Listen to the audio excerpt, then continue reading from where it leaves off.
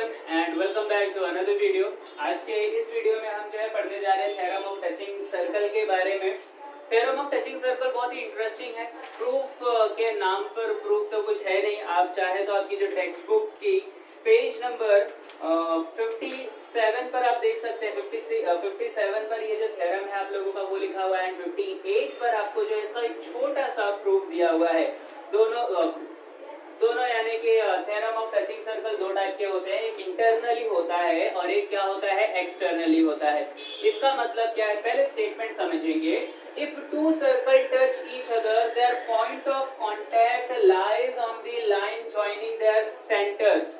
Okay, अगर दो centre एक दूसरे को जस्ट क्या कर रहे हैं, टच कर रहे हैं, तो अगर उनका सेंटर पॉइंट ऑफ कांटेक्ट और अगर उनके सेंटर को आप ज्वाइन करेंगे तो तीनों ही पॉइंट एक ही लाइन में लाई करेंगे। इसका मतलब ये है, देखिए सबसे पहले तो दो टाइप के होते हैं।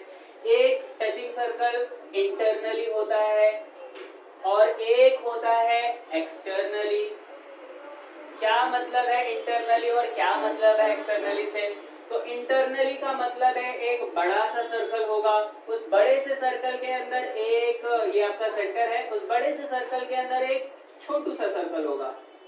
इस तरीके से मेरी ड्राइंग कुछ खास अच्छी नहीं है एंड स्पेशली सर्कल बनाने में तो बिल्कुल अच्छा नहीं हूं मैं, बट ट्राई टू अंडरस्टैंड कि बड़े से सर्कल के अंदर क्या होगा, आपका एक छोटा सा सर्कल होगा।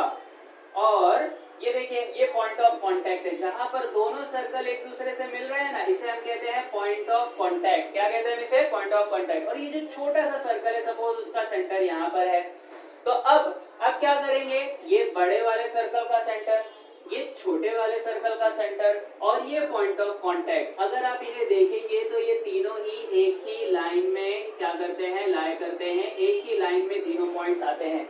यही आपका थ्योरम ऑफ टचिंग सर्कल कहता है, बस इसके अलावा और कुछ भी नहीं। ये तो इंटरनली हो गया। अब एक्सटर्नली भी समझ लेते हैं।